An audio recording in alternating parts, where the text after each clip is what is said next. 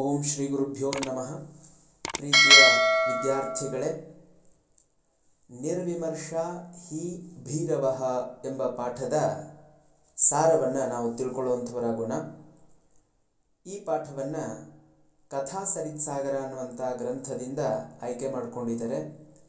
ಕಥಾ ಸರಿತ್ಸಾಗರವನ್ನು ಬರೆದಿದ್ದು ಸೋಮದೇವ ಅನ್ನುವಂತಹ ಕಾಶ್ಮೀರದ ಪಂಡಿತ.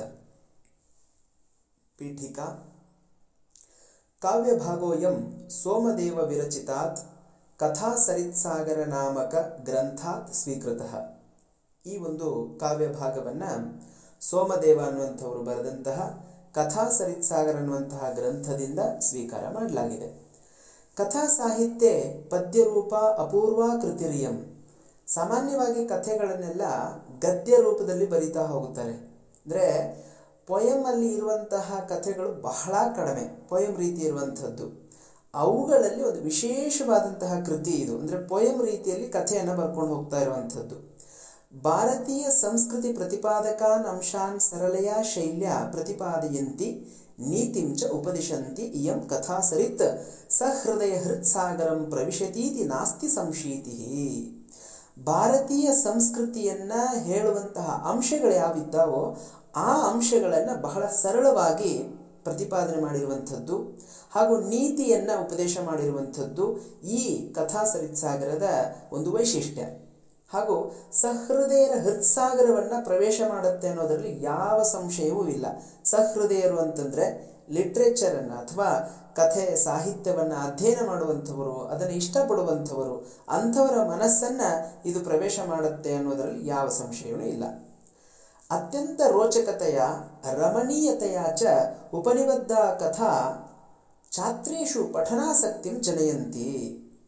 ಬಹಳ ರೋಚಕವಾದಂತಹ ರಮಣೀಯವಾದಂತಹ ಈ ಕಥೆಗಳು ವಿದ್ಯಾರ್ಥಿಗಳಲ್ಲಿ ಓದಬೇಕು, ನಾವಿನ್ನೂ ತಿಳ್ಕೊಳ್ಬೇಕು ಅನ್ನುವಂತಹ ಕುತೂಹಲವನ್ನ, ಕ್ಯೂರಿಯಾಸಿಟಿಯನ್ನ, ಉತ್ಸಾಹವನ್ನ ಉಂಟು ಮಾಡುತ್ತವೆ ಅಂತ ಹೇಳಬಹುದು. ಸುನೀತಿಂ ಕುಣಿತೇಹೆ ಅಪಾಯಂಚ ಬೋಧಯಂತಿ. ಒಳ್ಳೆಯ ಬುದ್ಧಿ ಇದ್ರೆ ಏನಾಗತ್ತೆ, ಕೆಟ್ಟ ಬುದ್ಧಿ ಇದ್ರೆ ಏನಾಗತ್ತೆ ಅನ್ನುವುದ್ರ ಬಗ್ಗೆ ನಮಗೆ ಈ ಕಥಾ ಸರಿತ್ಸಾಗರ ಬಹಳ ಚೆನ್ನಾಗಿ ತಿಳಿಸ್ಕೊಡ್ತಾ ಹೋಗುತ್ತೆ. ಕಥಾ ಸಾಹಿತ್ಯ ಕೃತೇಹೆ ಗರಿಮಾಣಂ ವರ್ಧಯತಿ. ಕಥಾ ಸಾಹಿತ್ಯ ಅನ್ನುವಂಥದ್ದು ಏನಿದೆ, ಆ ಕಥಾ ಲಿಟ್ರೇಚರ್ ಅನ್ನುವಂಥದ್ದು ಅದರ ಶ್ರೇಷ್ಠತೆಯನ್ನ ಹೆಚ್ಚು ಮಾಡುವಂಥದ್ದಾಗತ್ತೆ. ಈ ಕಥಾ ಸರಿತ್ಸಾಗರದ ಮೂಲ ಯಾವುದು ಅಂತ ಕೇಳಿದ್ರೆ ಗುಣಾಢ್ಯ ಬರೆದಂತಹ ಬೃಹತ್ ಕಥಾ. ಇದರ ಬಗ್ಗೆ ಸ್ವಲ್ಪ ನಾವು ತಿಳ್ಕೊಂಡು ಆಮೇಲೆ ಪಾಠಕ್ಕೆ ಪ್ರವೇಶ ಮಾಡೋಣ. ಮೊದಲನೇದಾಗಿ ಸೋಮದೇವ ಅನ್ನುವಂಥವ್ರು ಬರೆದಂಥದ್ದು ಕಥಾ ಸರಿತ್ಸಾಗರ. ಈ ಕಥಾ ಸರಿತ್ಸಾಗರದಲ್ಲಿ 21,500 ಶ್ಲೋಕಗಳಿದೆ. ಇದಕ್ಕೆ ಕಥಾ ಸರಿತ್ಸಾಗರ ಅಂತ ಯಾಕೆ ಕರೆದ್ರು ಅಂತ ಕೇಳಿದ್ರೆ, ಕಥೆಗಳೆಂಬ ನದಿಗಳು ಬಂದು ಸೇರಿ ಆಗಿರುವ ಕಥಾ ಸಮುದ್ರ ಅನ್ನುವಂಥ ಅರ್ಥದಲ್ಲಿ ಇದನ್ನ ಕಥಾ ಸರಿತ್ಸಾಗರ ಅಂತ ಕರೀತಾ ಹೋಗ್ತಾರೆ. ಇದರಲ್ಲಿ ಒಟ್ಟು 18 ಲಂಬಕಗಳನ್ನಾಗಿ ವಿಭಾಗ ಮಾಡಿಕೊಂಡಿದ್ದಾರೆ. ಅವುಗಳು ಕಥಾಪೀಠ ಲಂಬಕ, ಲಾವಾಣಕ ಲಂಬಕ, ಹೀಗೆ ಮುಂದುವರಿತಾ ಹೋಗುತ್ತೆ. ಒಟ್ಟು 18 ಲಂಬಕಗಳಲ್ಲಿ ಈ ಒಂದು ಕಥಾ ಸರಿತ್ಸಾಗರವನ್ನ ರಚನೆ ಮಾಡಲಾಗಿದೆ. ಬಹಳ ಪ್ರಸಿದ್ಧವಾದಂತಹ ಗ್ರೀಕ್ ಇತಿಹಾಸ ಕಾವ್ಯಗಳಾದಂತಹ ಇಲಿಯಡ್ ಮತ್ತು ಒಡೆಸ್ಸಿ ಅನ್ನುವಂತಹ ಏನು ಗ್ರಂಥಗಳಿದಾವೆ, ಆ ಗ್ರಂಥಗಳಿಗೆ ಹೋಲಿಕೆ ಮಾಡಿದ್ರೆ ಅವಕ್ಕೆ 2ರಷ್ಟು ನಮ್ಮ ಈ ಸೋಮದೇವ ಬರೆದಂತಹ ಕಥಾ ಸರಿತ್ಸಾಗರವಾಗುತ್ತೆ ಅಂತ ವಿದ್ವಾಂಸರು ನಿರ್ಣಯವನ್ನು ಮಾಡುತ್ತಾರೆ. ಈ ಕಥಾ ಸರಿತ್ಸಾಗರದ ಮೂಲ ಆಗ್ಲೇ ಹೇಳಿದ ಹಾಗೆ ಗುಣಾಢ್ಯನ ಬೃಹತ್ ಕಥೆ. ಈ ಗುಣಾಢ್ಯನ ಬೃಹತ್ ಕಥೆಯನ್ನ ನಾವು ಸ್ವಲ್ಪ ತಿಳ್ಕೊಳ್ಬೇಕು. ಇದು ಯಾಕೆ ಪ್ರಾರಂಭ ಆಯಿತು, ಹೇಗಾಯಿತು ಅನ್ನುವಂಥದ್ದು. ಮೊದಲೇ ಹೇಳಿದ್ರು ಅವರು, ಅತ್ಯಂತ ರೋಚಕವಾದಂತಹ ಕಥೆಗಳು ಇದರಲ್ಲಿ ಬರುತ್ತೆ ಅಂತ. ಈ ಕಥೆ ಪ್ರಕಾರ ಒಂದಿನ ಏನಾಗುತ್ತೆ, ಪಾರ್ವತಿ ಪರಮೇಶ್ವರನ ಹತ್ರ ಒಂದು ಮಾತು ಕೇಳ್ತಾಳೆ, ನನಗೆ ಯಾರಿಗೂ ಗೊತ್ತಿಲ್ಲದೆ ಇರುವಂತಹ ಕಥೆಗಳನ್ನ ಹೇಳಿ. ಆಗ ಭಗವಂತ ಏನ್ ಮಾಡ್ದ ಅಂತಂದ್ರೆ ವಿದ್ಯಾಧರರ ಕಥೆಯನ್ನ ಹೇಳಲಿಕ್ಕೆ ತೊಡಗ್ತಾನೆ. ಆ ವಿದ್ಯಾಧರರ ಕಥೆ ಹೇಳಬೇಕಾದ್ರೆ ಅವ್ರೇನ್ ಮಾಡಿದ್ರು, ನಂದಿಗೆ ಆಜ್ಞೆ ಮಾಡಿದ್ರು, ಒಳಗಡೆ ಯಾರನ್ನು ಬಿಡಕ್ ಹೋಗ್ಬೇಡಿ ಅಂತ ಹೇಳಿದ್ರು ಪಾರ್ವತಿ ಪರಮೇಶ್ವರರು. ಅದೇ ಸಮಯಕ್ಕೆ ಸರಿಯಾಗಿ ಪುಷ್ಪದಂತ ಇವನೇನ್ ಮಾಡ್ತಾನೆ, ಭಗವಂತನ ಹತ್ರ ಬರ್ತಾನೆ, ಈಶ್ವರನ ಹತ್ರ ಬರ್ತಾನೆ. ಆಗ ಅಲ್ಲಿದ್ದಂತಹ ನಂದಿ ಅವನಿಗೆ ಒಳಗಡೆ ಹೋಗಲಿಕ್ಕೆ ಅವಕಾಶ ಕೊಡೋದಿಲ್ಲ. ಆದರೆ ಕುತೂಹಲಗೊಂಡಂತಹ ಈ ಒಬ್ಬ ಪುಷ್ಪದಂತ ಅನ್ನುವಂತಹ ಗಣ ಏನಿದ್ದಾನೆ ಅವನು ಸೂಕ್ಷ್ಮ ರೂಪದಿಂದ ಒಳಗೆ ಹೋಗಿ ಈಶ್ವರ ಹೇಳ್ತಾ ಇದ್ದಂತಹ 7 ವಿದ್ಯಾಧರರ ಕಥೆಯನ್ನ ಕೇಳ್ಕೊಂಡು ಮನೆಗೆ ಹೋಗ್ತಾನೆ. ಮನೆಗೆ ಹೋಗಿ ತನ್ನ ಹೆಂಡತಿಯಾದಂತಹ ಜಯ ಅನ್ನುವಂಥವಳು ಇರ್ತಾಳಲ್ಲ, ಜಯ ಅವಳಿಗೆ ಅದನ್ನ ಹೇಳ್ಬಿಡ್ತಾನೆ. ಆ ಪಾರ್ವತಿ ಒಂದು ದಿನ ಜಯ ಜೊತೆ ಮಾತಾಡ್ತಾ ಇರಬೇಕಾದ್ರೆ ಅದು ಹೇಗೋ ಸ್ತ್ರೀಯರ ಬಾಯಲ್ಲಿ ಮಾತು ನಿಲ್ಲಲ್ಲ ಅನ್ನೋದು ಬಹಳ ಪ್ರಸಿದ್ಧವಾದಂಥದ್ದು. ಯಾರು ಬೈಕೊಳಕ್ ಹೋಗ್ಬೇಡಿ, ಇದು ಬಹಳ ಮೊದಲಿಂದ ಬಂದಂತಹ ಮಾತಿದು. ಹಾಗೆ ಅವರಿಬ್ರು ಮಾತಾಡ್ತಾ ಪಾರ್ವತಿಗೆ ಗೊತ್ತಾಗೋಯ್ತು, ತನಗೇನು ವಿಶೇಷವಾದ ಕಥೆಗಳು ಗೊತ್ತಿಲ್ಲ, ಭಗವಂತ ಈಶ್ವರ ನನಗೆ ಸುಳ್ಳು ಹೇಳ್ಬಿಟ್ಟಿದ್ದಾರೆ, ಜಯಾಗೂ ಗೊತ್ತಿದೆಯಲ್ಲ ಈ ಕಥೆಗಳು ಅಂತ ಅವ್ರು ಹೋಗಿ ಈಶ್ವರನ ಹತ್ರ ಹೇಳಿದಾಗ ಈಶ್ವರ ತನ್ನ ಧ್ಯಾನ ಸ್ಥಿತಿಯಲ್ಲಿ ಯಾರು ಈ ಕಥೆಗಳನ್ನ ಅವಳು ಹೇಳಿರಬಹುದು ಅಂತ ತಿಳ್ಕೊಳ್ತಾನೆ. ಆಗ ಗೊತ್ತಾಗತ್ತೆ ಪುಷ್ಪದಂತ ಸೂಕ್ಷ್ಮ ರೂಪದಿಂದ ಬಂದು ಈ ಕಥೆಗಳನ್ನ ಕೇಳಿಕೊಂಡು ಹೋಗಿ ಹೇಳಿದ್ದಾನೆ ಅನ್ನುವಂಥದ್ದು. ಇದರಿಂದ ಕೋಪಗೊಂಡಂತಹ ಪಾರ್ವತಿ ದೇವಿ ಏನ್ ಮಾಡ್ತಾಳೆ, ಆ ಪುಷ್ಪದಂತನಿಗೆ ಮನುಷ್ಯನಾಗಿ ಹುಟ್ಟು ಅಂತ ಶಾಪ ಕೊಟ್ಬಿಡ್ತಾಳೆ. ಆಗ ಆ ಪುಷ್ಪದಂತನ ಸ್ನೇಹಿತ ಒಬ್ಬ ಇದ್ದ, ಮಾಲ್ಯವಂತ ಅಂತ.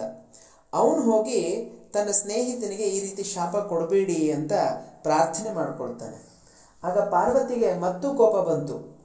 ಅವಳು ಅವನಿಗೂ ಕೂಡ ಅದೇ ರೀತಿ ಶಾಪವನ್ನ ಕೊಟ್ಬಿಟ್ಲು.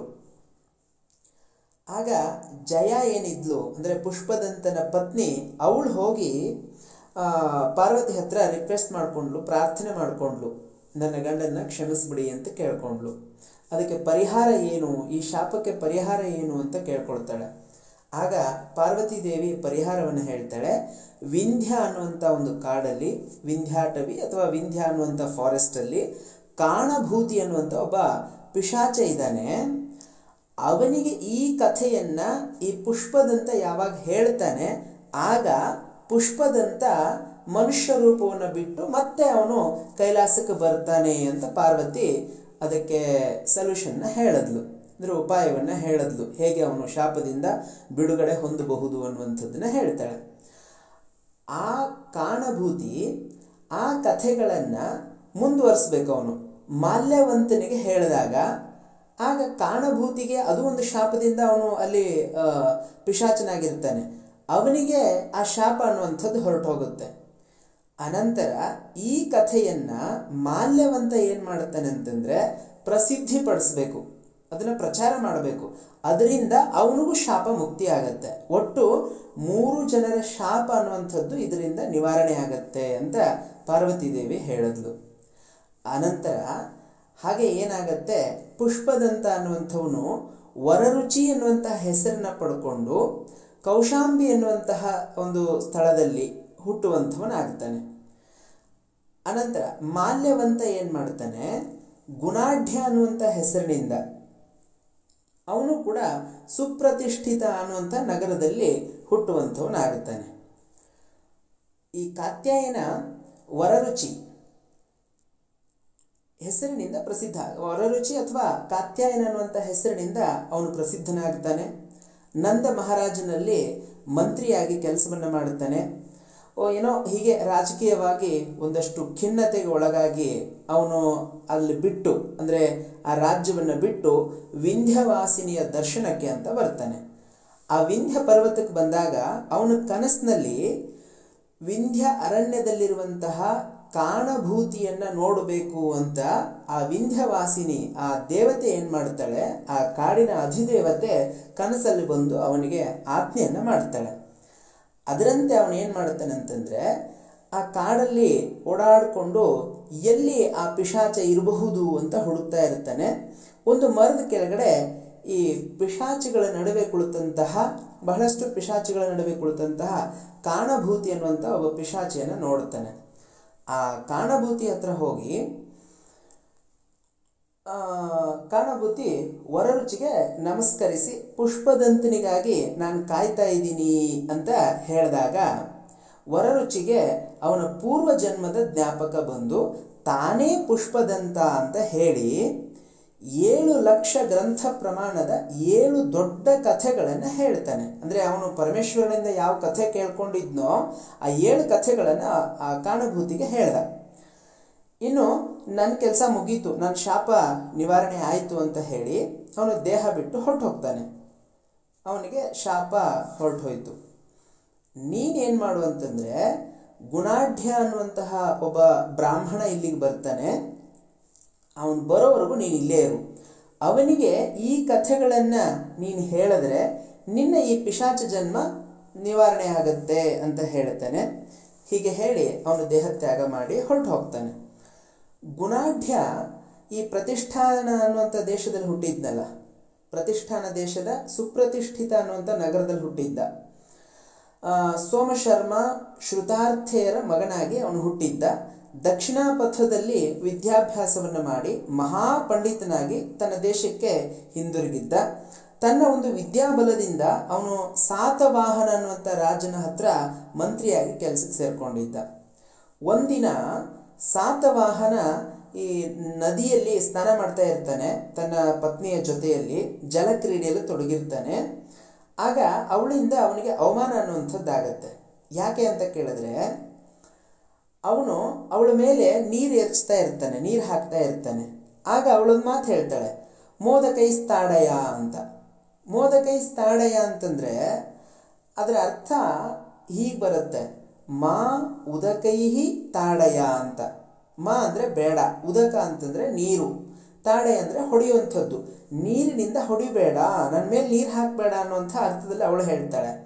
ಬಟ್ ಈ ರಾಜ ಏನು ಅನ್ಕೊಂಡ್ಬಿಡ್ತಾನೆ, ಮೋದಕೈಸ್ತಾಡಯ ಅಂತ ಅದನ್ನ ಸಂಧಿ ಮಾಡದೆ ಒಂದೇ ರೀತಿಯಾದ ಅರ್ಥ ತಗೊಂಡ್ಬಿಟ್ಟು, ಮೋದಕ ಅಂತಂದ್ರೆ ಕಡುಬು, ತಾಡಯ ಅಂತಂದ್ರೆ ಹೊಡೆಯೋದು, ಕಡುಬಿನಿಂದ ಹೊಡಿ ಅಂತ ಹೇಳ್ತಾ ಇದ್ದಾಳೆ ಅಂತ ತಿಳ್ಕೊಂಡು ಪಾಪ ಅವನೇನು ಮಾಡ್ಬಿಡ್ತಾನೆ, ಅಲ್ಲಿ ಕಡುಬನ್ನು ತರಿಸ್ಬಿಟ್ಟು ಹೊಡಿಲಿಕ್ಕೆ ಪ್ರಾರಂಭ ಮಾಡಿಬಿಡ್ತಾನೆ. ಆಗ ಈ ರಾಜನ ಅಜ್ಞಾನವನ್ನು ನೋಡಿ, ಇವನಿಗೆ ಸಂಸ್ಕೃತ ಜ್ಞಾನ ಇಲ್ಲ ಅನ್ನುವಂಥದ್ದನ್ನು ನೋಡಿ ಅವಳು ನಕ್ಕು ಬಿಡ್ತಾಳೆ, ಅವನನ್ನು ಅವಮಾನ ಮಾಡಿಬಿಡ್ತಾಳೆ. ಪತ್ನಿಯಿಂದ ಅವಮಾನಿತನಾದ್ನಲ್ಲ ಅಂತ ಪಾಪ ಆ ರಾಜ ಅನ್ನ ಆಹಾರ ಬಿಟ್ಟು ಕುಳಿತು ಬಿಟ್ಟ. ಈ ವಿಷಯ ಗುಣಾಢ್ಯನಿಗೆ ಮತ್ತೆ ಅವನ ಮಂತ್ರಿ ಶರ್ವವರ್ಮ ಅನ್ನುವಂಥವನೊಬ್ಬ ಇದ್ದ, ಅವರಿಬ್ಬರಿಗೂ ತಿಳಿಯಿತು.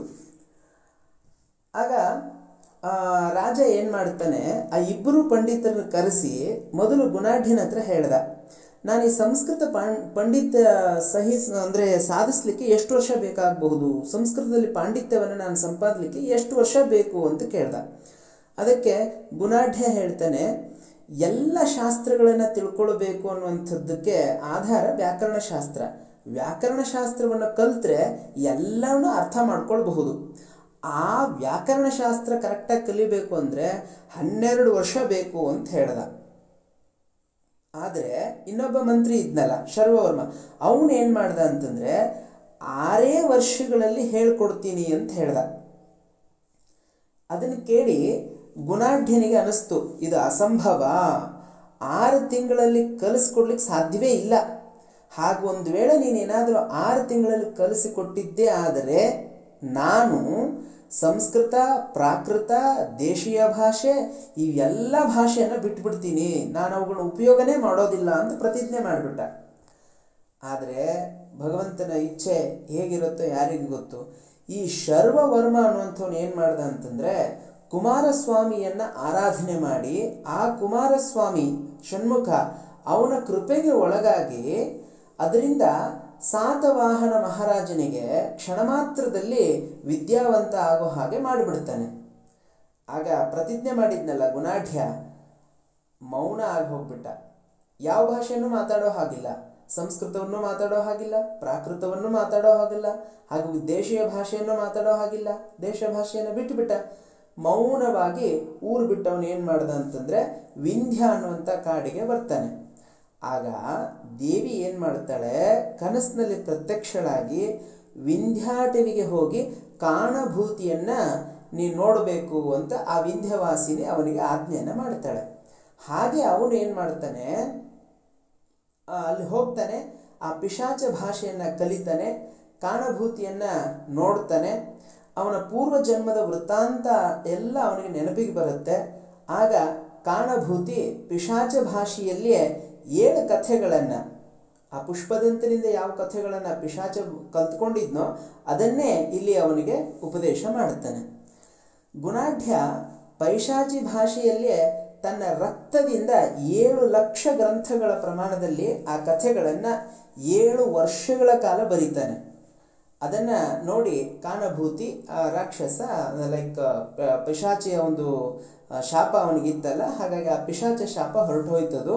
ಅವನು ಶಾಪ ಮುಕ್ತನಾಗಿ ಹೊರಟೋದ, ಪಿಶಾಚ ಹೊರಟೋದ. ಈ ಪಿಶಾಚ ಭಾಷೆ ಮಹಾಗ್ರಂಥವನ್ನ ಸಾತವಾಹನನಿಗೆ ಕೊಟ್ಟು ಕಳಿಸ್ತಾನೆ ತನ್ನ ಶಿಷ್ಯರ ಮೂಲಕ. ಗುಣಾಢ್ಯ ಬೇರೆ ಯಾರು ಅಲ್ಲ, ಆ ಸಾತವಾಹನನ ಮಂತ್ರಿ ಆಗಿದ್ದವನು. ಈಗ ಅವನು ಹೊಸ ಭಾಷೆ ಕಲ್ತ್ಕೊಂಡಿದ್ದಾನೆ. ಇದು ವೇದಗಳಲ್ಲಿ, ಅಥರ್ವ ವೇದದಲ್ಲಿ ಮತ್ತೆ ಶತಪಥ ಬ್ರಾಹ್ಮಣದಲ್ಲಿ ಈ ಪೈಶಾಚಿ ಭಾಷೆ ಅನ್ನುವಂಥದ್ದಿದೆ. ಹಾಗೂ ಕೆಲವು ವಿದ್ವಾಂಸರ ಪ್ರಕಾರ ತಮಿಳಿನ ಮೂಲ ಭಾಷೆ ಪೈಶಾಚಿ ಭಾಷೆ ಅಂತ ಹೇಳ್ತಾರೆ. ಹಾಗಾಗಿ ಅಂತಹ ಭಾಷೆಯನ್ನು ಕಲ್ತ್ಕೊಂಡು ಆ ಭಾಷೆಯಲ್ಲಿ ಈ ಕಥೆಗಳನ್ನು ಬರೆದು ಸಾತವಾಹನ ಮಹಾರಾಜನಿಗೆ ಕೊಟ್ಟು ಕಳಿಸ್ತಾನೆ ತನ್ನ ಶಿಷ್ಯರ ಮೂಲಕ. ಆದರೆ ಸಾತವಾಹನ ಮಹಾರಾಜ ಇದನ್ನು ಧಿಕ್ಕಾರ ಮಾಡಿಬಿಟ್ಟ.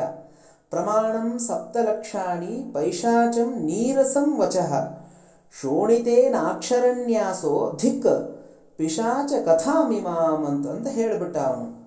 7 ಲಕ್ಷ ಗ್ರಂಥ, ನೀರಸವಾದ ಪೈಶಾಚ ಭಾಷೆ, ಬರೆದಿರೋದೋ ರಕ್ತದಲ್ಲಿ, ಈ ಪಿಶಾಚ ಕಥೆಗೆ ಧಿಕ್ಕಾರ ಅಂತ ಹೇಳಿಬಿಟ್ಟ.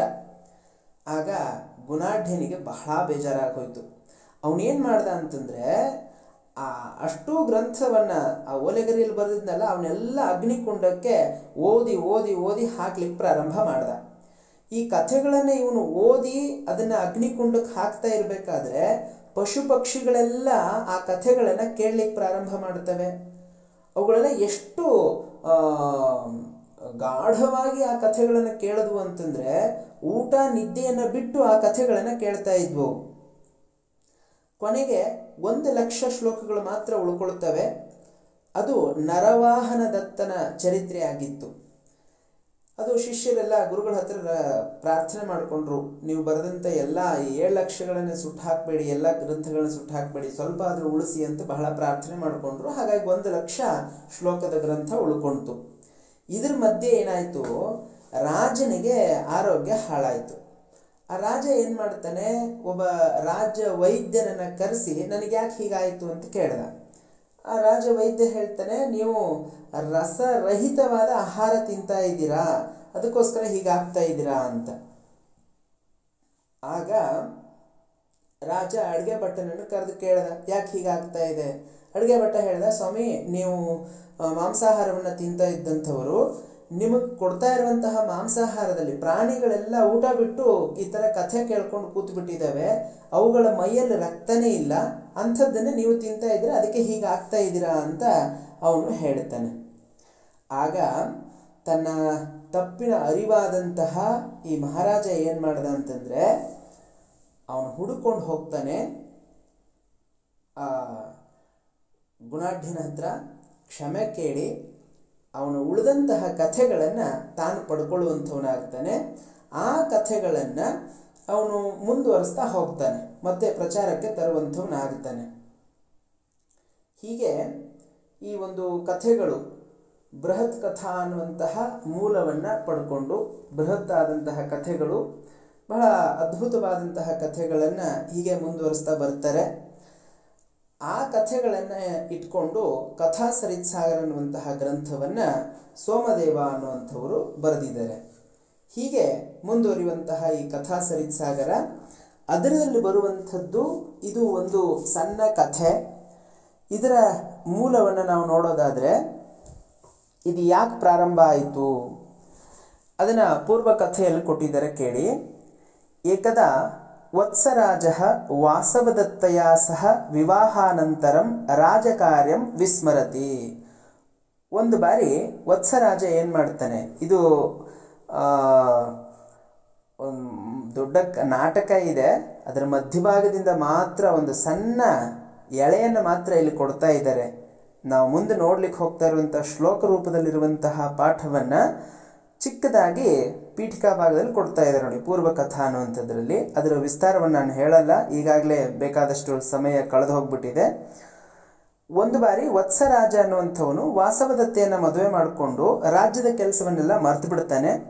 ರಾಜ್ಯದ ಕೆಲವು ಭೂಪ್ರದೇಶವನ್ನ ಬೇರೆ ಅವನ ಸೈನಿಕರು ಶತ್ರುಗಳೆಲ್ಲ ವಶ ಮಾಡ್ಕೊಂಡು ಬಿಡ್ತಾರೆ.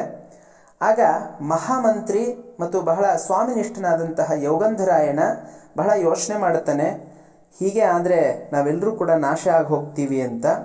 ಆ ಯೌಗಂಧರಾಯಣ ಏನು ಮಾಡ್ದ ಅಂತಂದರೆ ತನ್ನ ಸೇನಾಪತಿಯನ್ನು ಕರೆಸಿ ಆ ಸೇನಾಪತಿಯ ಜೊತೆಯಲ್ಲಿ ಡಿಸ್ಕಸ್ ಮಾಡ್ದ.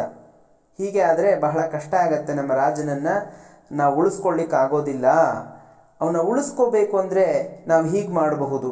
ಮಹಾಸೇನನ ಕಥೆ ನಾನು ನಿನಗೆ ಹೇಳ್ತೀನಿ.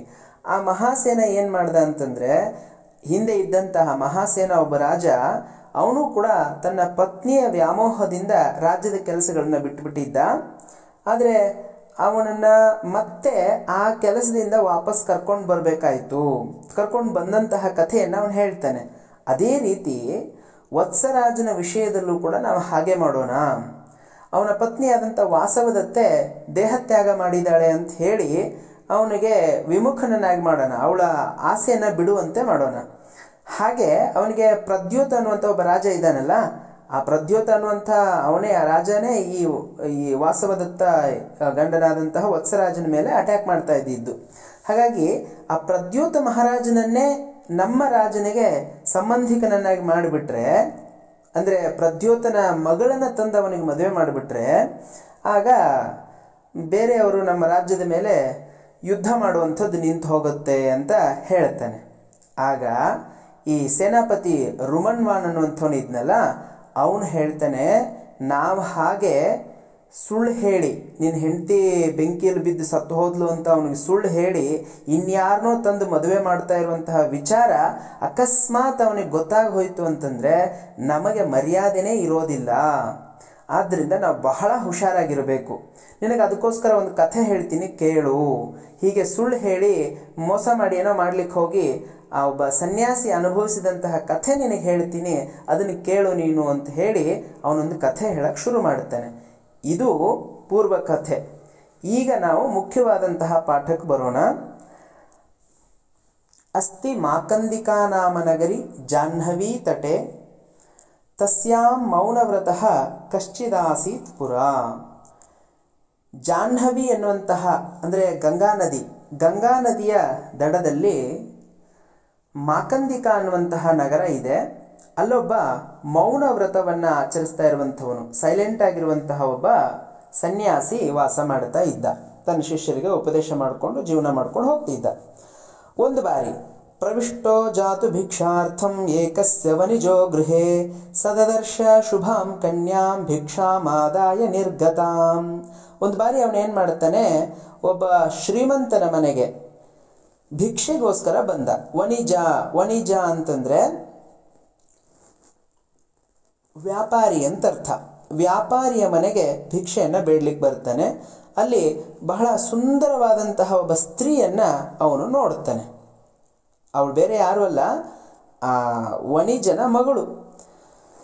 ದೃಷ್ಟ್ವಾ ಚಾದ್ಭುತಾಂ ರೂಪಾಂ ತಾಂ ಸ ಕಾಮವಶಃ ಶಠಃ ಹಹಾ ಕಷ್ಟಮಿತಿ ಸ್ಮಾಹ ವಣಿಜಸ್ತಸ್ಯ ಶೃಣ್ವತಃ. ಅವಳು ಅದ್ಭುತವಾದಂತಹ ರೂಪವನ್ನು ನೋಡಿ ಅವನಿಗೆ ಕಾಮ ಅನ್ನುವಂಥದ್ದು ಪ್ರವೇಶ ಆಯಿತು. ಕಾಮಕ್ಕೆ ವಶನಾದಂತಹ ಆ ಸನ್ಯಾಸಿ ಹಾ ಕಷ್ಟ ಅಂತ ಕೂಗಿಬಿಟ್ಟ. ಅದು ವಣಿಜನಿಗೆ ಕೇಳಿಸ್ತು, ವ್ಯಾಪಾರಿಗೆ ಕೇಳಿಸ್ತು. ವ್ಯಾಪಾರಿ ಏನು ಮಾಡ್ತಾನೆ, ಕಿಮದ್ಯೈವಂ ಅಕಸ್ಮಾತ್ ತ್ವಂ ಮೌನಂ ತ್ಯಕ್ತೋಕ್ತವಾನಿತೆ ತಶ್ರುತ್ವಾ ವಣಿಜಂ ತಂ ಚ ಪರಿವ್ರಾಣೆ ಅಬ್ರವೀತ್. ಏನಿವತ್ತು ಕಿಂ ಅದ್ಯ ಅಕಸ್ಮಾತ್, ಏನಿವತ್ತು ಇದ್ದಕ್ಕಿದ್ದ ಹಾಗೆ ನೀವು ನಿಮ್ಮ ಮೌನ ವ್ರತವನ್ನು ಬಿಟ್ಟು ಮಾತನಾಡ್ಬಿಟ್ರಲ್ಲ, ಏನು ಕಾರಣ ಇದಕ್ಕೆ ಅಂತ ಕೇಳ್ದ. ಆಗ ಸನ್ಯಾಸಿ ಹೇಳ್ತಾರೆ, ದುರ್ಲಕ್ಷಣೇಯಂ ಕನ್ಯಾತೆ ವಿವಾಹೇ ಅಸ್ಯ ಯದಾ ಭವೇತ್ ತದಾ ಸ ಸುತದಾರಸ್ಯ ಕ್ಷಯಃ ಸ್ಯಾತ್ ತವ ನಿಶ್ಚಿತಂ. ಈ ಕನ್ಯೆ ಇದ್ದಾಳಲ್ಲ ನಿನ್ನ ಮಗಳು, ದುರ್ಲಕ್ಷಣೆ, ಏನು ಒಳ್ಳೆ ಲಕ್ಷಣನೇ ಇಲ್ಲ ಇವಳಿಗೆ, ಕೆಟ್ಟ ಲಕ್ಷಣದಲ್ಲೂ ಹುಟ್ಟು ಬಿಟ್ಟಿದ್ದಾಳೆ. ಇವಳು ವಿವಾಹ ಏನಾಗತ್ತೆ, ಯಾವಾಗ ವಿವಾಹ ಆಗತ್ತೆ ಆಗ ನೀನು ನಿನ್ನ ಮಕ್ಕಳು ಎಲ್ಲರೂ ಕೂಡ ನಾಶ ಆಗಿ ಹೋಗ್ಬಿಡ್ತೀರಾ ಅಂತ ಹೇಳ್ಬಿಟ್ಟ. ತದೇತಾಂ ವೀಕ್ಷ ದುಃಖಂ ಮೇ ಜಾತಂ ಭಕ್ತೋ ಹಿ ಮೇ ಭವಾನ್. ನನಗೆ ಅದಕ್ಕೋಸ್ಕರ ದುಃಖ ಆಗ್ತಾ ಇದೆ, ಅದಕ್ಕೆ ನಾನು ಮಾತಾಡ್ಬಿಟ್ಟೆ. ನೀನು ನನ್ನ ಭಕ್ತ, ನನ್ನ ಭಕ್ತರು ನಾನು ರಕ್ಷಣೆ ಮಾಡ್ಕೊಳ್ಬೇಕು. ನಿನಗಿಂತ ಕಷ್ಟ ಬರುತ್ತೆ ಅನ್ನೋದು ಗೊತ್ತಾಗಿ ನಾನು ಕಷ್ಟ ಅಂತ ಕಿರ್ಚ್ಕೊಂಡೆ ಅಂತ ಹೇಳ್ಬಿಟ್ಟ ಅವನು. ತೇನೈವಂ ಉಕ್ತವಾನಸ್ಮಿ ತ್ಯಕ್ತ್ವಾ ಮೌನಂ ಭವತ್ಕೃತೆ. ನಿನಗೋಸ್ಕರ ನನ್ನ ಮೌನ ವ್ರತವನ್ನು ಬಿಟ್ಟು ನಾನು ಮಾತನಾಡಿದೆ. ಆಗ ಆ ಮರ್ಚೆಂಟ್ ಕೇಳ್ದ, ಆ ವ್ಯಾಪಾರಿ ಕೇಳ್ದ, ಹಾಗಾದ್ರೆ ಇದಕ್ಕೆ ಪರಿಹಾರ ಏನು ಅಂತ. ತದೇಶ ಕನ್ಯಕಾ ನಕ್ತಂ ಮಂಜೂಷಾಯಾಂ ನಿವೇಶಿತ ಉಪರಿ ನ್ಯಸ್ತದೀಪಾಯಾಂ ಗಂಗಾಯಾಂ ಕ್ಷಿಪ್ಯತಾಂ ತ್ವಯಾ. ನೀನೊಂದು ಉಪಾಯ ಮಾಡಬಹುದು. ಇವಳು ಏನು ಮಾಡು ಅಂತಂದರೆ, ರಾತ್ರಿ ಹೊತ್ತಲ್ಲಿ ಮಂಜೂಷಾಯಾಮ್ ಅಂತಂದರೆ ಒಂದು ಬಾಕ್ಸ್ ಒಳಗಡೆ, ಪೆಟ್ಟಿಗೆ ಒಳಗಡೆ ಇವಳನ್ನ ಹಾಕ್ಬಿಟ್ಟು ಆ ಪೆಟ್ಟಿಗೆ ಕ್ಲೋಸ್ ಮಾಡಿ, ನ್ಯಸ್ತದೀಪಾಯಾಮ್ ಆ ಪೆಟ್ಟಿಗೆ ಮೇಲೊಂದು ಲ್ಯಾಂಪ್ ಇಟ್ಬಿಟ್ಟು, ದೀಪ ಇಟ್ಬಿಟ್ಟು ಗಂಗಾ ನದಿ ಒಳಗಡೆ ಬಿಸಾಕ್ಬಿಡು. ಕ್ಷಿಪ್ಯತಾಂ ತ್ವಯಾ, ನಿನ್ನಿಂದ ಬಿಸಾಕಲ್ಪಡಬೇಕು. ಆಗ ನಿನ್ನ ಶಾಪ ನಿವಾರಣೆ ಆಗತ್ತೆ, ಅಂದರೆ ನಿನಗೆ ನಾಶ ಅನ್ನುವಂಥದ್ದು ಏನಿದೆಯಲ್ಲ ಅದು ಹೊರಟು ಹೋಗುತ್ತೆ ಅಂತ ಹೇಳ್ಬಿಟ್ಟ. ತಥೇತಿ ಪ್ರತಿಪದ್ಯೈತತ್ ಗತ್ವಾ ಸೋ ಅಥವಾ ನಿಗ್ಭಯಾತ್ ನಕ್ತಂ ಚಕ್ರೇ ತಥಾ ಸರ್ವಂ ನಿರ್ವಿಮರ್ಶಾಹಿ ಭೀರವಃ. ಈ ನಿರ್ವಿಮರ್ಶಾಹಿ ಭೀರವಃ ಅನ್ನುವಂಥ ಟೈಟಲು ಇದೇ ಶ್ಲೋಕದಿಂದ ತಗೊಂಡಿರುವಂಥದ್ದು. ತಥೇತಿ ಪ್ರತಿಪದ್ಯೈತತ್ ಗತ್ವಾ ಸೋ ಅಥವಾ ವನಿಗ್ಭಯಾತ್. ಆ ವನಿಕ್ ಅಥವಾ ಆ ವ್ಯಾಪಾರಿ ಭಯದಿಂದ ಏನು ಮಾಡ್ದ ಅಂತಂದರೆ, ಅವತ್ತು ರಾತ್ರಿನೇ, ನಕ್ತಮ್ ಅಂತಂದರೆ ರಾತ್ರಿ, ಕಂಪ್ಲೀಟ್ ಆಗಿ ಆ ಸನ್ಯಾಸಿ ಏನು ಹೇಳಿದ್ನೋ ಹಾಗೇ ಮಾಡಿಬಿಟ್ಟ. ಪ್ರವ್ರಾಜಕೋಪಿ ತತ್ಕಾಲಂ ಉವಾಚ ಅನುಚರಾನ್ ನಿಜಾನ್ ಗಂಗಾಂ ಗಚ್ಚತ ತತ್ರಾಂತರ್ವಹಂತಿಂ ಯಾಂ ಚ ಪಶ್ಯಥ. ಪ್ರವ್ರಾಜಕ ಅಥವಾ ಈ ಸನ್ಯಾಸಿ ತತ್ಕ್ಷಣ ತನ್ನ ಆಶ್ರಮಕ್ಕೆ ಹೋದ. ಅಲ್ಲಿ ಹೋಗಿ ತನ್ನ ಫಾಲೋವರ್ಸ್ನ ಕರೆದ, ಅವ್ರಿಗೆ ಹೇಳ್ದ, ನೀವೆಲ್ಲರೂ ಕೂಡ ಗಂಗಾ ನದಿಗೆ ಹೋಗಿ, ಆ ಗಂಗಾ ನದಿ ಒಳಗಡೆ ಒಂದು ಬಾಕ್ಸ್ ತೇಲ್ಕೊಂಡು ಬರ್ತಾ ಇರತ್ತೆ, ಅದನ್ನ ನೀವು ನೋಡಿ. ಅದು ಹೇಗಿರುತ್ತೆ ಅಂತಂದ್ರೆ, ಪೃಷ್ಠಸ್ಥದೀಪಾಯಾಂ ಮಂಜೂಷಾಂ ಗುಪ್ತಮಾನಯತೆ ಮಿಹತಾಂ. ಅದ್ರ ಮೇಲೆ ಒಂದು ದೀಪ ಇಟ್ಟಿಲಾಗಿರುತ್ತೆ, ಅದನ್ನ ಗುಪ್ತವಾಗಿ ಯಾರಿಗೂ ಗೊತ್ತಾಗದೇ ಇರೋ ಹಾಗೆ ನೀವು ತಗೊಂಡು ಬನ್ನಿ. ಉದ್ಘಾಟನೀಯ ನಚಸಾ ಶ್ರುತೆ ಅಪಿ ಅಂತರ್ಧ್ವನಾವಿತಿ. ಅದ್ರ ಒಳಗಡೆಯಿಂದ ಏನಾದರೂ ಸೌಂಡ್ ಬಂದರೂ ಕೂಡ ನೀವು ಅದನ್ನ ತೆಗೆದು ನೋಡಕ್ ಹೋಗಬೇಡಿ ಅಂತ ಹೇಳ್ತಾನೆ. ತಥೇತಿ ಚಾಗತ ಯಾವದ್ ಗಂಗಾಂ ನ ಪ್ರಾಪ್ನುವಂತಿತೆ ರಾಜಪುತ್ರಃ ಕಿಮಪ್ಯೇಕಸ್ತಾವತ್ ತಸ್ಯಾಮವಾತರತ್. ಅವರು ಆಯಿತು ಅಂತ ಹಾಗೆ ಏನೋ ಅಲ್ಲಿಂದ ಹೊರಡ್ತಾರೆ. ಇವರು ಗಂಗಾ ನದಿಗೆ ಬರೋದಕ್ಕಿಂತ ಮೊದಲೇ ಏನಾಗಿರುತ್ತೆ, ಅಲ್ಲೊಬ್ಬ ರಾಜಕುಮಾರ ಬಂದಿರ್ತಾನೆ. ಅವನು ಎಲ್ಲೋ ಹೋಗ್ತಾ ಇರ್ತಾನೆ. ಅವನಿಗೆ ಆಶ್ಚರ್ಯ ಆಗತ್ತೆ, ನದಿ ಒಳಗಡೆ ಒಂದು ಬಾಕ್ಸ್ ಬರ್ತಾ ಇದೆ, ಮೇಲ್ಗಡೆ ಒಂದು ದೀಪ ಹಚ್ಚಿಟ್ಟಿದ್ದಾರೆ. ಅದಕ್ಕೋಸ್ಕರ ಅವನು ಅಲ್ಲಿ ಅವನು ಗಂಗಾ ಸ್ನಾನ ಮಾಡ್ಲಿಕ್ಕೆ ಅಂತನೋ ಏನಕ್ಕೋ ಅವನು ಅಲ್ಲಿ ಇಳ್ಕೊಳ್ತಾನೆ, ಅದನ್ನ ನೋಡ್ತಾನೆ. ಸೋತ್ರ ವಣಿಜಾ ಕ್ಷಿಪ್ತ ಮಂಜೂಷಾಂ ವೀಕ್ಷ ದೀಪತಃ ಭೃತ್ಯೈರಾಣಾಯ ಸಹಸಾ ಕೌತುಕಾದುದ್ಘಾಟಯತ್. ಅವನೇನ್ ಮಾಡಿದ ತಕ್ಷಣ ತನ್ನ ಭೃತ್ಯರನ್ನ ಕರೆದ. ಭೃತ್ಯರು ಅಂದ್ರೆ ಸೇವಕರು. ಅವ್ರನ್ನ ಕರೆದು ಅವರಿಂದ ಆ ಬಾಕ್ಸ್ ಅನ್ನ ತರಿಸ್ಕೊಂಡ, ಪೆಟ್ಟಿಗೆಯನ್ನ ತರಿಸ್ಕೊಂಡ. ತುಂಬಾ ಕುತೂಹಲದಿಂದ ಏನಿರಬಹುದು ಇದರಲ್ಲಿ ಅಂತ ಅದನ್ನ ಓಪನ್ ಮಾಡಿ ನೋಡ್ತಾನೆ. ದದರ್ಶಾಂತಹ ಕನ್ಯಾಂ ತಾಂ ಹೃದಯೋನ್ಮಾದಕಾರಿಣೀಂ ಉಪಯೇಮೇ ಚ ಗಾಂಧರ್ವ ವಿಧಿನಾ ತಾಂ ಚ ತತ್ಕ್ಷಣಂ. ಅದ್ಭುತವಾದಂತಹ ಸೌಂದರ್ಯ ಹುಡುಗಿದು. ಒಬ್ಬ ಸನ್ಯಾಸಿಗೆ ಅವಳ ಮೇಲೆ ಅಂತಹ ಅಪೇಕ್ಷೆ ಬಂದಿದೆ ಅಂತಂದ್ರೆ ಇನ್ನ ಈ ರಾಜಕುಮಾರನಿಗೆ ಅವಳ ಮೇಲೆ ಆಸೆ ಬರದೇ ಇರ್ಲಿಕ್ಕೆ ಹೇಗೆ ಸಾಧ್ಯ ಆಗತ್ತೆ? ಅಂತಹ ಒಂದು ಸೌಂದರ್ಯ ಇತ್ತು. ಅಷ್ಟು ಬ್ಯೂಟಿಫುಲ್ ಆಗಿರುವಂತಹ ಹುಡುಗಿ ಅವಳಾಗಿದ್ಲು. ಹಾಗಾಗಿ ಆ ಕ್ಷಣದಲ್ಲೇ ಅವಳನ್ನ ಮದುವೆ ಮಾಡ್ಕೊಂಡ. ಇದೇನಿದು ಇದ್ದಕ್ಕಿದ್ದ ಹಾಗೆ ಯಾರು ನೋಡಿದ ತಕ್ಷಣ ಮದುವೆ ಮಾಡ್ಕೊಳ್ಬಹುದಾ ಅಂತಂದ್ರೆ ಒಂದು ನಿಯಮ ಇದೆ, ಗಾಂಧರ್ವ ವಿಧಿನ ಅಂತ. ಒಟ್ಟು 8 ರೀತಿಯಾದಂತಹ ಮದುವೆಗಳನ್ನ ಮನುಸ್ಮೃತಿಯಲ್ಲಿ ಹೇಳಿದ್ದಾರೆ. ಅದರಲ್ಲಿ ಗಾಂಧರ್ವ ವಿಧಿ ಅನ್ನುವಂಥದ್ದು ಅಂದ್ರೆ ಒಂದು ಹೆಣ್ಣು ಒಂದು ಗಂಡು ಒಪ್ಕೊಂಡ್ರೆ ಅವರವರ ಪ್ರೀತಿಯಿಂದ ಅವರು ಮದುವೆ ಮಾಡ್ಕೊಂಡು ಬಿಡಬಹುದು. ಅದನ್ನ ಗಾಂಧರ್ವ ವಿಧಿ ಅಂತ ಕರೀತಾರೆ. ಹಾಗೆ ಒಂದು ಮದುವೆಯನ್ನ ಮಾಡ್ಕೊಳ್ತಾನೆ. ಮದುವೆ ಮಾಡ್ಕೊಂಡ ಮೇಲೆ ಆ ರಾಜಕುಮಾರ ಏನ್ ಮಾಡ್ತಾನೆ, ಮಂಜೂಷಾಂ ತಾಂಚ ಗಂಗಾಯಾಂ ತಥೈವೋರ್ಧ್ವಸ್ತ ದೀಪಿಕಾಂ ಕೃತ್ವಾ ತತ್ಯಾಜ ನಿರೀಕ್ಷಿಪ್ಯ ಘೋರಂ ವಾನರ ಮಂತರೆ. ಮಂಜೂಷಾಂ ತಾಂ ಚ ಗಂಗಾಯಾಂ ತಥೈವೋರ್ಧ್ವಸ್ಥ ದೀಪಿಕಾಂ. ಅಗೇನ್ ಅವನು ಏನು ಮಾಡ್ದ, ಯಥಾ ಪ್ರಕಾರ ಆ ಬಾಕ್ಸ್ ಅನ್ನು ತಗೊಂಡು ಅದ್ರ ಒಳಗಡೆ ಘೋರಂ ವಾನರಂ ಅಂತಾರೆ, ಅದ್ರ ಒಳಗಡೆ ಒಂದು ಭಯಂಕರವಾದಂತಹ ಮಂಕಿಯನ್ನ ಅಥವಾ ವಾನರನನ್ನ, ಘೋರವಾದ ವಾನರನನ್ನ ತಂದು ಅದರೊಳಗಡೆ ಹಾಕಿ ಯಥಾ ಪ್ರಕಾರ ಅದನ್ನ ಕ್ಲೋಸ್ ಮಾಡಿ ಮತ್ತೆ ಗಂಗಾ ನದಿ ಒಳಗಡೆ ಬಿಸಾಕ್ಬಿಟ್ಟ. ದೀಪ ಎಲ್ಲ ಅಂಟಿಸಿಟ್ಟು ಬಿಸಾಕ್ಬಿಟ್ಟ. ಗತೆ ಅಥ ತಸ್ಮಿನ್ ಸಂಪ್ರಾಪ್ತ ಕನ್ಯಾರತ್ನೇನ ನೃಪಾತ್ಮಜೆ ಆಯಯುಸ್ತಸ್ಯ ಚಿನ್ವಂತಹ ಶಿಷ್ಯಾಹ ಪ್ರವ್ರಾಜಕಸ್ಯತೆ. ಆ ಸಮಯಕ್ಕೆ ಸರಿಯಾಗಿ ಅವನು ಹೊರಟೋಗ್ತಾನೆ. ಅಲ್ಲಿಗೆ ಆ ಬಾಕ್ಸ್ ಅನ್ನ ಹುಡುಕಿಕೊಂಡು ಈ ಸನ್ಯಾಸಿಯ ಶಿಷ್ಯರು ಬರ್ತಾರೆ. ಅವ್ರು ನೋಡಿದ್ರು. ದದೃಶುಸ್ತಾಂ ಚ ಮಂಜೂಷಾಂ ಗೃಹೀತ್ವಾ ತಸ್ಯ ಚಾಂತಿಕಂ ನಿನ್ಯುಹು ಪ್ರವ್ರಾಜಕಸ್ಯೈನಾಂ ಸೋ ಅಥ ಹೃಷ್ಟೋ ಜಗಾದತಾನ್. ಅವ್ರೇನ್ ಮಾಡ್ತಾರೆ, ಆ ಬಾಕ್ಸ್ ಅನ್ನ ಎತ್ಕೊಂಡ್ರು, ನೇರವಾಗಿ ಗುರುಗಳ ಹತ್ರ ತಗೊಂಡು ಹೋಗಿ ಕೊಟ್ಬಿಟ್ರು.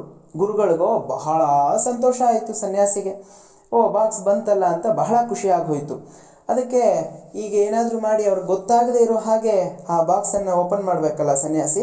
ಅದಕ್ಕೆ ತನ್ನ ಶಿಷ್ಯರಿಗೆ ಹೇಳ್ತಾನೆ, ಏಕೋಹಂ ಸಾಧಯೇ ಮಂತ್ರಮಾದಾಯೈತಾಮಿಹೋಪರಿ ಅಧಸ್ತೂಷ್ಣೀಂ ಚ ಯುಷ್ಮಾಭಿಃ ಶಯಿತವ್ಯಮಿಮಾಂ ನಿಶಾಂ.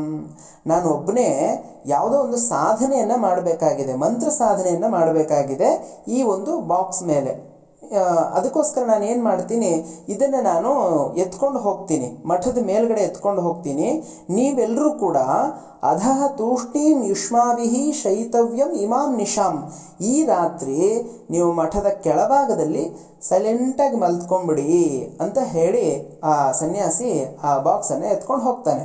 ಇತ್ಯುಕ್ತ್ವಾ ತಾಂ ಸ ಮಂಜೂಷಾಂ ಆರೋಪ್ಯ ಮಠಿಕೋಪರಿ, ಮಠದ ಮೇಲ್ಗಡೆ ಆ ಬಾಕ್ಸ್ ಅನ್ನ ಎತ್ಕೊಂಡು ಹೋದ.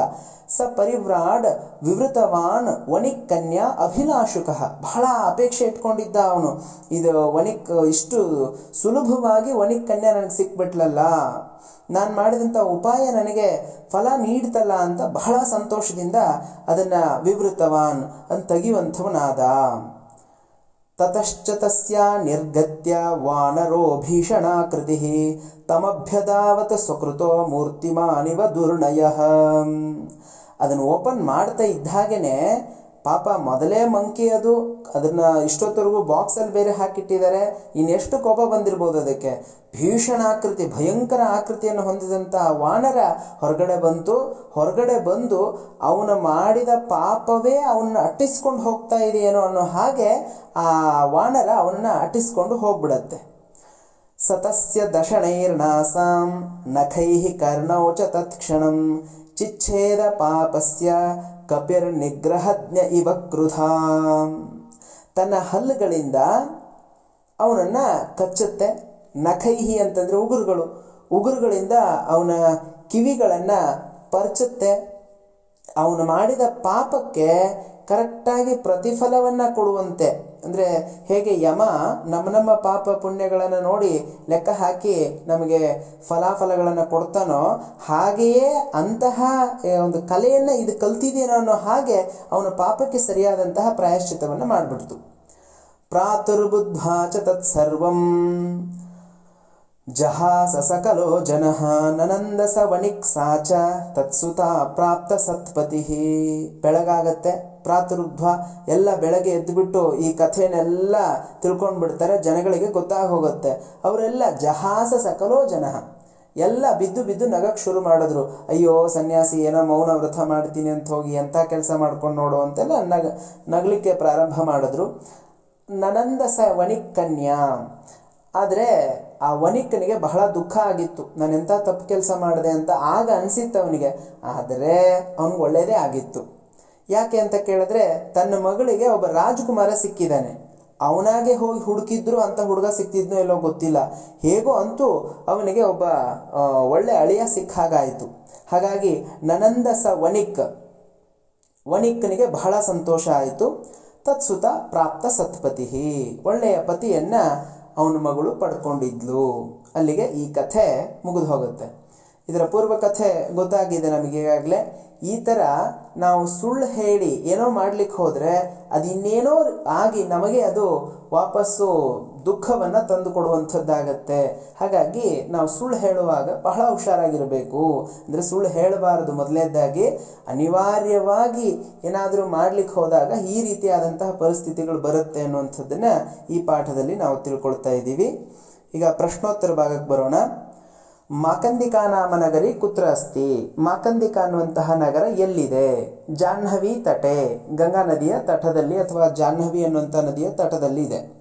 ಪ್ರವ್ರಾಜಕಃ ವಣಿಜಃ ಗೃಹಂ ಕಿಮರ್ಥಂ ಅಗಚ್ಚತ್? ಸನ್ಯಾಸಿ ವ್ಯಾಪಾರಿ ಮನೆಗೆ ಯಾಕೆ ಬಂದಿದ್ದ?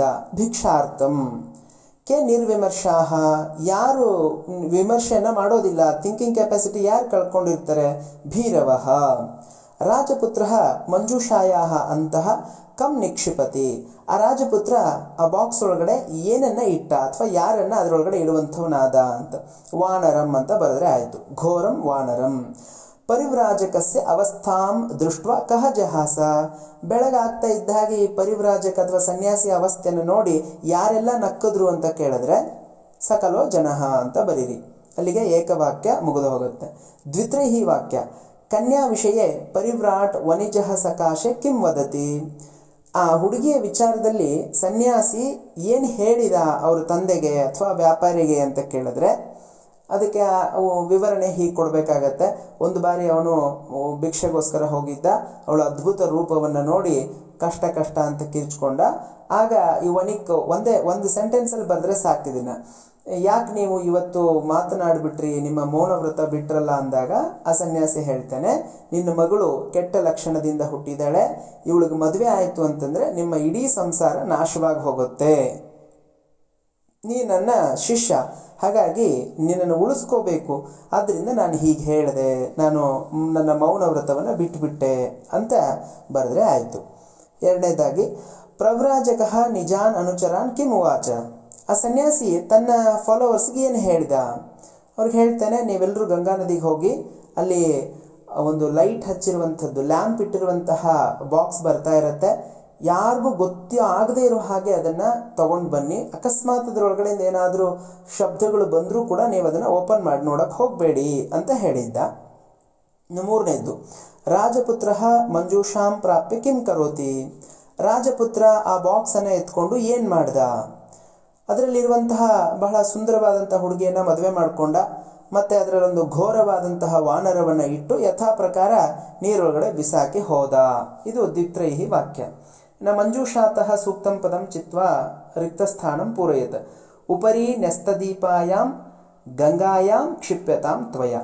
ಎರಡನೇದು, ಭೃತ್ತಿರಾಣಾಯ ಸಹಸ ಕೌತುಕಾತ್ ಉದ್ಘಾಟಯತ್. ಮೂರನೇದು, ತಮಭ್ಯಧಾವತ್ ಸ್ವಕೃತೋ ಮೂರ್ತಿಮಾನಿವ ದುರ್ಣಯ. ಶ್ಲೋಕದ ಅರ್ಥವನ್ನು ಬರೆಯುವಂಥದ್ದು. ಪಾಠದ ಹೆಸರು ಬಹಳ ಮುಖ್ಯ. ಶ್ಲೋಕಾರ್ಥವನ್ನು ಬರಿಬೇಕಾದ್ರೆ ನೀವು ಪಾಠದ ಹೆಸರನ್ನು ಬರೆದು ಅನಂತರ ಶ್ಲೋಕದ ಅರ್ಥವನ್ನು ಬರೀರಿ. ದಶವಾಕ್ಯದಲ್ಲಿ ಪ್ರವ್ರಾಜಕಃ ಅಂತ ಕೊಟ್ಟಿದ್ದಾರೆ. ಪ್ರವ್ರಾಜಕಃ ಅಂತಂದ್ರೆ ಆ ಸನ್ಯಾಸಿ ಮಾಡಿದಂತಹ ಉಪಾಯ ಏನು, ಆ ಸನ್ಯಾಸಿ ಎಲ್ಲಿದ್ದ, ಯಾಕೆ ಅವನು ಅಲ್ಲಿಗೆ ಬಂದಿದ್ದ, ಅಂದ್ರೆ ಭಿಕ್ಷೆಗೋಸ್ಕರ ಬಂದಂತಹ ಕಥೆ, ಅನಂತರ ಆ ಹುಡುಗಿಯನ್ನು ನೋಡಿರುವಂಥದ್ದು, ಅವನ ಮನಸ್ಸಲ್ಲಿ ಏನು ಓಡ್ತು, ಅದರ ಪ್ರತಿಫಲ ಏನಾಯಿತು ಅನ್ನುವಂಥದ್ದನ್ನು ಬರಿಬೇಕು. ಹಾಗೆ ನಿರ್ವಿಮರ್ಶಾಹಿ ಭೀರವಃ ಅನ್ನುವಂತಹ ಈ ಟೈಟಲ್ಲು ಈ ಒಂದು ಕಥೆಗೆ ಸರಿಯಾಗಿದೆಯಾ ಅಂತ ಕೇಳಿದರೆ ಹೌದು ಅಂತ ಬರಿಬೇಕು. ಯಾಕೆ ಅಂತಂದ್ರೆ ವ್ಯಾಪಾರಿ ಭಯಗೊಂಡುಬಿಟ್ಟು ಸನ್ಯಾಸಿ ಹೇಳಿದ ಹಾಗೆ ಮಾಡಿಬಿಟ್ನಲ್ಲ, ಅದನ್ನ ಇಡೀ ಕಥೆಯ ಸಮ್ಮರಿಯನ್ನು ಬರೆದು ಇದನ್ನ ಹೈಲೈಟ್ ಮಾಡಿ ಬರಿಬೇಕು. ರೇಖಾಂಕಿತಾನಿ ಪದಾನಿ ಆಶ್ರಿತ ಪ್ರಶ್ನ ನಿರ್ಮಾಣಂ ಕುರುತ. ಪ್ರವ್ರಾಜಕಃ ನಾಮಪದ ಬಂದರೆ ನೋಡಿ, ಪುಲ್ಲಿಂಗ ಇತ್ತು ಅಂತಂದ್ರೆ ಕಹ ಅಂತ ಬರಿಬೇಕು, ಸ್ತ್ರೀಲಿಂಗ ಇತ್ತು ಅಂತಂದ್ರೆ ಕ ಅಂತ ಬರಿಬೇಕು. ಪ್ರವ್ರಾಜಕಃ ಇದೆ, ಕಹ ಅಂತ ಬರೀರಿ. ಅನಂತರ ಅನುಚರಾಹ ಪ್ರವ್ರಾಜಕಸ್ಯ ವಚನಂ ಅಪಾಲಯನ್, ಪ್ರವ್ರಾಜಕಸ್ಯ ಅಂತ ಇದೆ, ಕಸ್ಯ ಅಂತ ಬರೆದ್ರೆ ಆಯಿತು. ಮೌನಂ ಅನ್ನುವಂಥದ್ದು, ಪರಿವ್ರಾಟ್ ಮೌನಂ ತೆಕ್ತ್ವ ಉಕ್ತವಾನ್, ಮೌನಂ ಅಂತ ಇದೆ, ಕಿಮ್ ಅಂತ ಬರೀರಿ. ಸಂಯೋಜಯತ ಜಾಹ್ನವಿ